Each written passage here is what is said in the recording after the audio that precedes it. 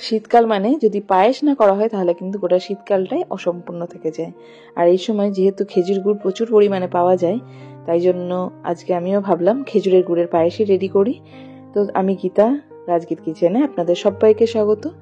আজকে পায়েস বানাবো খেজুরের গুড় দিয়ে। তো আমরা একেবারে যেখানে খেজুর গুড় বানানো হয় সেখানে চলে গেছিলাম খেজুর গুড় আনতে, আর সেখান থেকে ঝোলা গুড় আর পাটালি এই দুই নিয়ে চলে এসেছি। কিভাবে বানানো হয় এই গুড় সেটাও কিন্তু একদিন পুরো ভিডিওটা করে দেখাবো। আর এই যে পাটালি বানানো হচ্ছে, এই পাটালি কিন্তু আজকে পায়েসে ইউজ করব। তো এখন গরম কড়াইটা একদম মানে ঠান্ডা আছে, এর মধ্যেই কিন্তু দুধ দিয়ে দেবো। তো পরিমাণ হচ্ছে, যদি 100 গ্রাম চাল দেওয়া হয় তার মধ্যে 1 কিলো দুধ দেওয়া হবে। তো এখন দুধ দিয়ে দিচ্ছি কড়াইয়ের মধ্যে। এই দুধ গরম করতে দেবো এবং অনেকক্ষণ ফুটতে দিয়ে দেবো।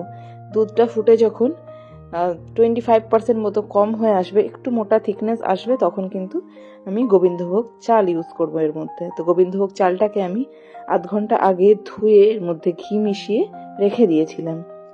একটু যখন দুধটা কমে এসছে, এর মধ্যে গোবিন্দভোগ চাল অ্যাড করে দিচ্ছি আর দিয়ে দিচ্ছি একটা এলাচ। এই এলাচটা বেশি দিলে কিন্তু মুখে কেমন লাগে, আর পুরো ভেঙে দিলেও কিন্তু মুখটাতে ভালো লাগে না, মানে চেবালে।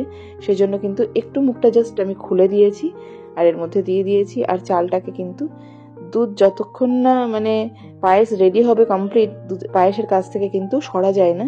তো চালটাকে ভালোভাবে ভেঙে নিতে হচ্ছে, যে দুধের মধ্যে ঠান্ডা চাল দেওয়ার জন্য একটু মানে গায়ে সেটে আছে, সেটাকে ভালোভাবে ছাড়িয়ে নিতে হবে।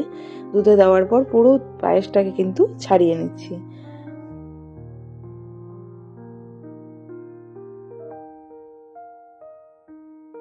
তো পুরো পায়েসের চালটাকে পুরো ভালোভাবে ভেঙে নেওয়া হয়েছে।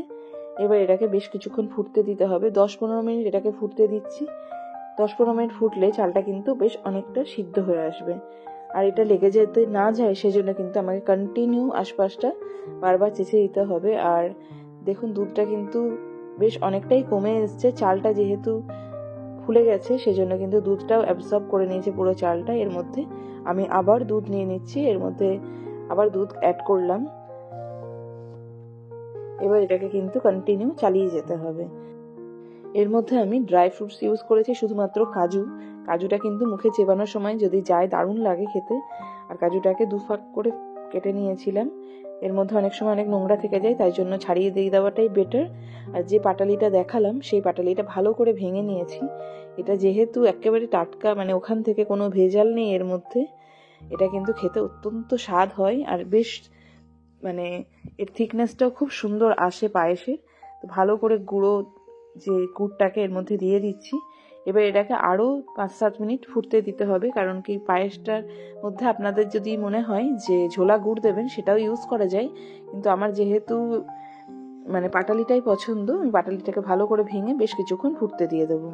তো 10 মিনিট ফুটতে দেওয়ার পরে কিন্তু এটা কালারটা কিন্তু পুরো চলে এসছে। তবে হ্যাঁ, অনেকে কিন্তু গুড় দিলে পায়েসটা কেটে যায়, সেক্ষেত্রে আপনারা পায়েসটা রেডি হয়ে যাওয়ার পরে 5 মিনিট ঠান্ডা হতে দিয়ে তার মধ্যে গুড়টা অ্যাড করবেন, তাহলে কিন্তু পায়েস একটুও কেটে যাবে না। আর এবারে কিন্তু গুড়টা প্রায় গলে গেছে, একটুখানি যেগুলো বেঁচে আছে সেটা আমি খুন্তি দিয়ে আর একটুখানি ভেঙে নিচ্ছি। আর এর কালার কিন্তু খুবই সুন্দর এসে গেছে, খুব সুন্দর কালার এসছে। এটা ক্যামেরায় কতটা ভালো এসছে জানি না, তবে সামনে থেকে খুব সুন্দর কালার এসছে। আমাদের চাল আর দুধের পরিমাণ যদি ঠিকঠাক থাকে তাহলে কিন্তু আমরা একেবারে পারফেক্ট পায়েস বানিয়ে নিতে পারি। তো খুব সুন্দরভাবে কিন্তু আমার পরিমাণটা নেওয়া ছিল, যেহেতু পায়েসটাও কিন্তু খুবই ভালো হয়েছে। তো যদি এই ভিডিওটা ভালো লাগে আর এরকমভাবে পায়েস বানান, আপনার পায়েসও পারফেক্ট হবে। যদি ভিডিওটা ভালো লাগে আপনার মতামত জানাবেন এবং চ্যানেলটিকে সাবস্ক্রাইব করে নেবেন। Thank you.